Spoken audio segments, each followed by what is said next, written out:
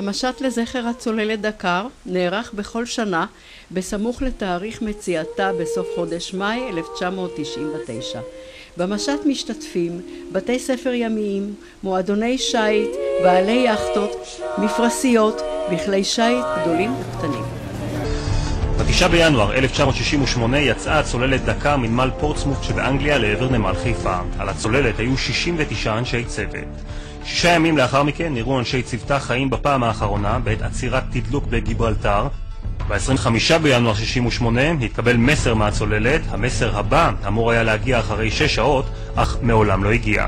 תגיד לי איך לעצור את הדמעות, תגיד לי איפה יש עולם אחר לחיות, תגיד לי למה אין אמת רק הזיות, אז למה לנסות לעולם לא אשכח את אותה שבת בבוקר שבה שמענו בפעם הראשונה את המילים המזעזעות האלה: אבד הקשר עם הצוללת דקר.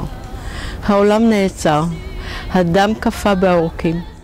אחי הצעיר חיים היה בין חיילי הצוללת וחיכינו לו בכיליון עיניים. היינו בהלם, תדהמה. אנחנו התכוננו לקבל את פניהם ביום שני שלאחר אותה שבת. השמחה, ההתרגשות והציפייה הגדולה לקראת בואם היו בשיאם. במקום זה אנחנו שומעים ברדיו, יחד עם כל עם ישראל, אבד הקשר עם הצוללת דקר. החרדה בלב הלכה, גברה מרגע לרגע. בתחושת האסון התפשטה בליבנו. אומרים שיש אי שם בים ספינת פלדה, דקר ושמה, אומרים שיש בה גם אדם, 69 אומרים שהם עדיין שם, לוחמים בעוז, גם אם עבדו, גם אם טבעו, אומרים שהם תמיד יחיו עמוק בים, בלב העם תמיד יחיו, בלב העם 69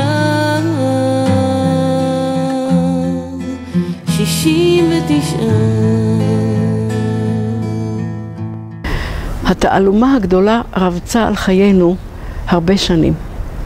החיים בצל התעלומה זה הדבר הכי קשה שיכול להיות. חוסר הוודאות מפתח כל מיני תחושות וכל מיני דמיונות שווא. כל חייל חיל הים שראיתי מולי, הייתי חייבת להתקרב אליו קרוב, להסתכל בפנים ולבדוק אם זה לא אחי. אני זוכר כאילו היה זה לפני רגע, והחיפושים היו אז בעיצומם. התקווה פחתה משעה לשעה ופינתה מקומה לייאוש. מדינה שלמה כאילו עמדה על החוף והשקיפה ימים ארוכים אל אופק הים, בתקווה לנס ולאות חיים מן הצוללת, אבל התקווה דעכה והים מעין להסגיר את סודו.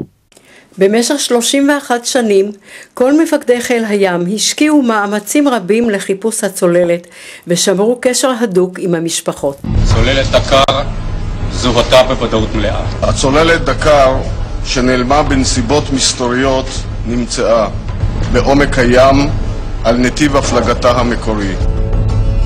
גשר הצוללת נמשה ממעמקי הים, הפליג לנמל חיפה והוצב במוזיאון חיל הים. נסגר מעגל. הצוללת אחי דקר הגיעה לנמל הבית. הרגשנו מערבולת של רגשות. מערבולת אדירה של שמחה ועצב. עצב על כל מה שקרה, על כל התלאות שעברנו, ושמחה שסוף סוף נוכל להגיע לשלוות הנפש. מאז ועד עכשיו בכל שנה אנחנו עורכים משט ימי, הופך להיות מסע הנצחה חי.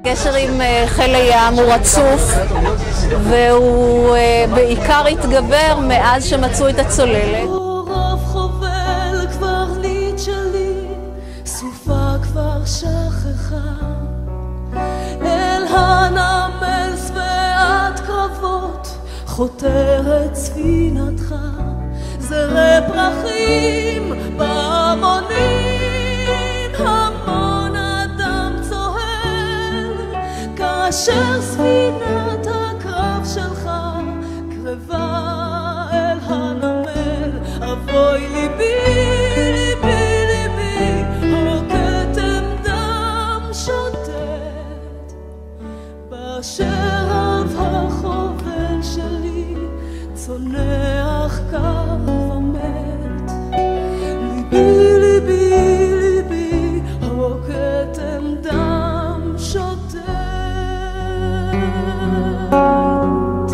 אור החובל קברניט שלי הקשב לכל פעמון לך כל הדגלים כולם לך תרועות המון רק לכבודך ביום חגך ינוע הקהל ובקולם תקוות עולם לנס המיוחל אבוי ליבי